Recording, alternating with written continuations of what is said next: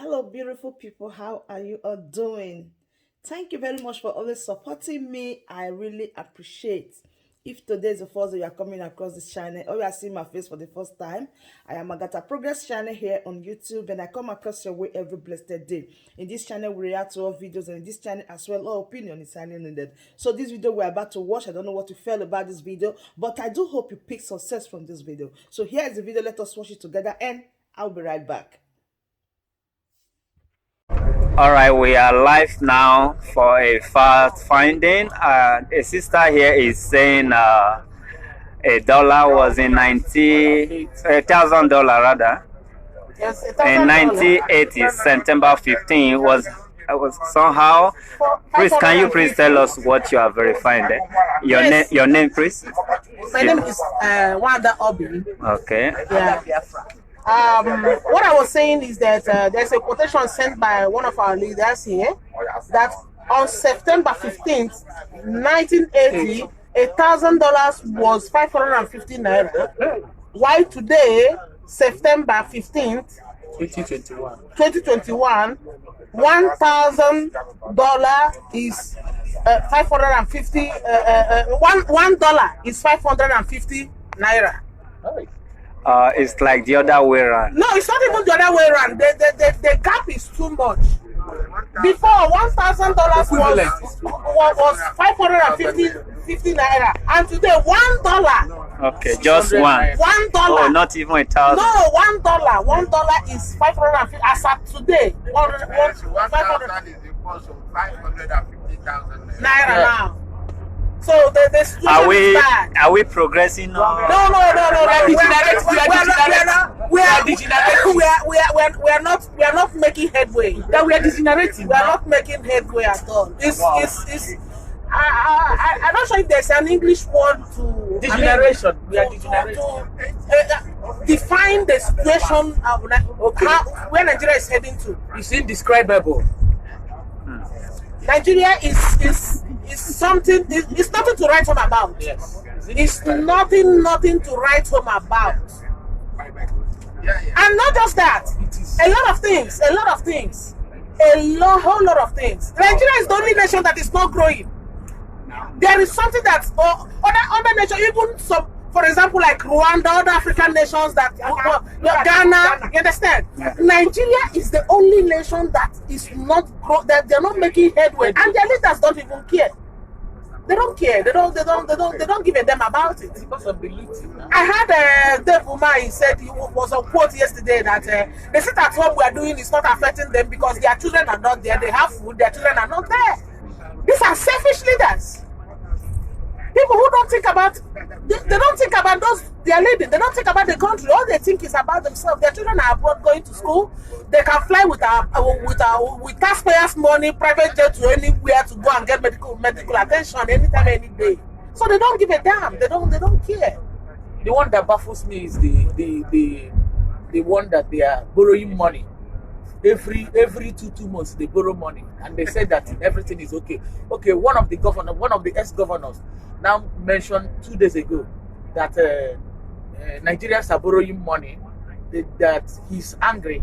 They're not asking why are you angry. He said that if the money they are borrowing is for industrialization or to do farming or to produce food, is better. But they are borrowing money to eat, not to do anything. So that is what to tell you that the country is finished. The country is gone.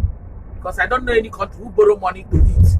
In other words, they are borrowing to invest in the wrong places. They are not investing anything. Okay, as it is now, we are in a comfort zone, if I may use the word. Yeah. Why are you people still fighting for freedom for those people who are back home?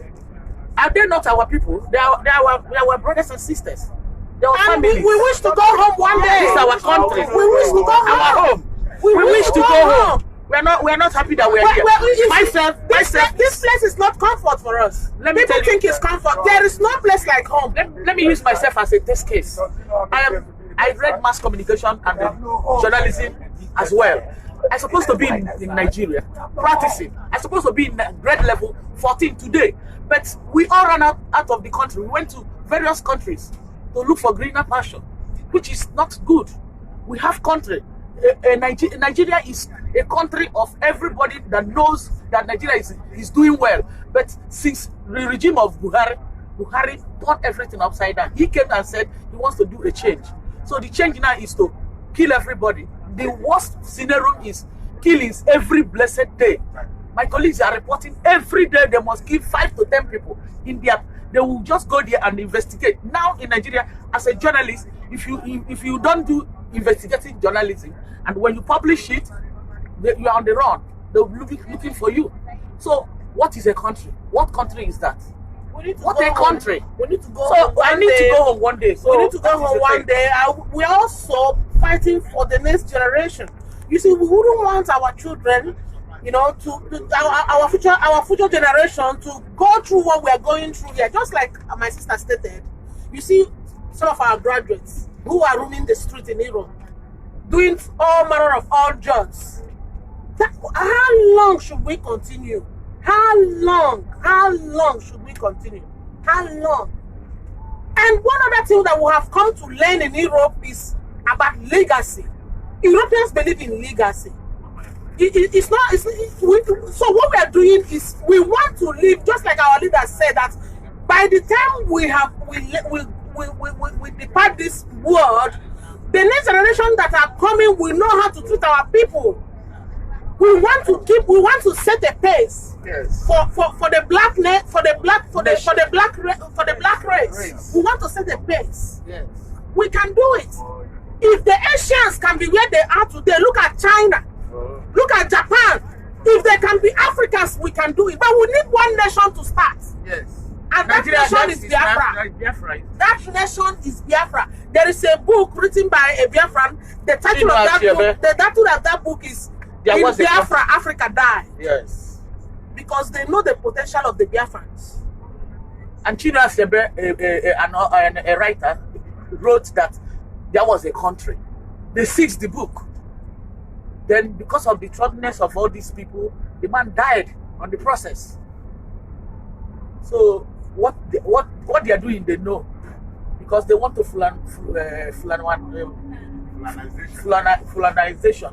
What Fulanize? Is it Nigeria? Just like Fulani? Yeah, Fulani is Fulani oligarchy. Okay. You know, some people Fulani oligarchy. They want to Fulanize everybody. People are saying is Islamization, but I learned recently that the Fulanis are using Islamization to Fulanize everybody. You know, it's a very tricky word. Yes. Using Islamization to Fulanize everybody, because they are using Islam.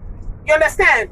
So, like, for example, in Islam, yes, as a forefront in Islam, they're using Takia also. In Islam, there is different religion in Islam. There is different religion in Islam. It's life. There is different religion in Islam. You understand? So they are using this Islam to Fulanize everybody. Yes. If you remember, before our leader Mazin Nandi Kalu came to open our eyes, we used to call Hausa Fulanis. Yes. But we today we have separated them. Even the Fulanis have separated Hausa from their own name. We never know that there is wheat and tares from both of the two. So the Hausa people I know is the good people, while the Fulanis are the people that came to take our lands. Look at what is happening in Nigeria. Look at who can live in such nation. Who? How? Sir, you were saying what? No, I just okay. It's all right. I saw you. All right. The camera. I said, you want me to be If you wish to. Okay, what is it? Your question? Okay, no question for now, sir. I thought Okay, you were following. All right, we are still in a successful journey going back to their various destinations. There's something I want to chip in. Okay. Please. What pains me most is that when I was in secondary school, even in the primary school, we do history of what happened in Nigeria and what Nigeria is all about, and all the tribes we have in Nigeria. We have more than 400 and something tribes in Nigeria. But now, since Buhari came into power, they cease not to teach history in the school, because the reason is that they want to dye everything. they want the children, this new generation, upcoming generation, to die anything about Biafra and to die anything concerning the Hausa, the Fulani, and the Igbos. Okay, what do you know about the history of Biafra from the onset? If you said they used to teach it in the days. The history of Biafra I know because I met my grandfather, and equally my great grandfather, who died before my grandfather. He said that the Biafrans came all the way from Israel. So when they came, the first place they settled was in Aguleri. And where is Aguleri? Aguleri is in Anambra State. All right. It's a town in Anambra State. When they settled, they came with three people, three sons of Gak, I think Gak, yes. Then one is Eri, Aguleri, and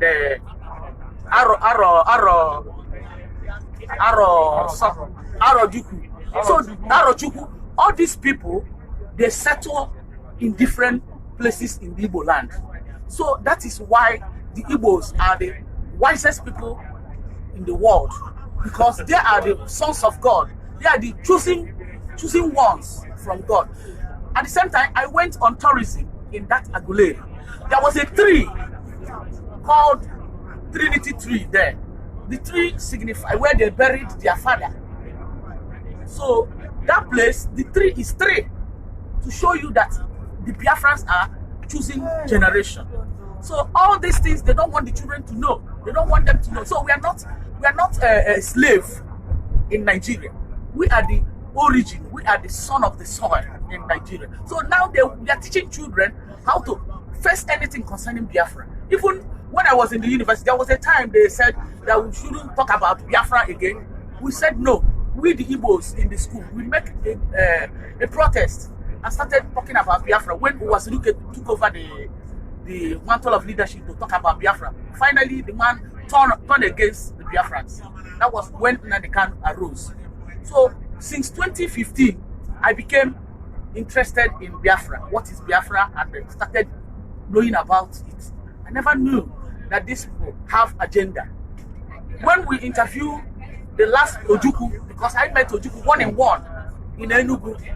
Ojukwu. So my wonderful family, this video that you just watched, what did you see about this video? You can see the facts. You can see people that have knowledge, people that know what they are doing, and people that know what they are fighting for, people that knows their rights. The fact that they are not in Nigeria does not change anything from them, does not change the idea and the mentality they have towards the struggle of Biafra. It never changed their fighting for freedom. It never changed them not feeling for their people back home. But you see, they are enjoying as they are in that place right now. They have 24 hours electricity. They have food to eat. They have everything. But they are still concerned about the people back home because they know everything now that the Nigerian government has in one way or the other failed the generation. So my wonderful family, that brings us to the end of this wonderful update. If you know you haven't subscribed to this channel, oh my word, please, what are you waiting for? Do it to click on that red subscribe button that says subscribe and turn on the bell icon for more latest updates. See you when I see you. For now, bye.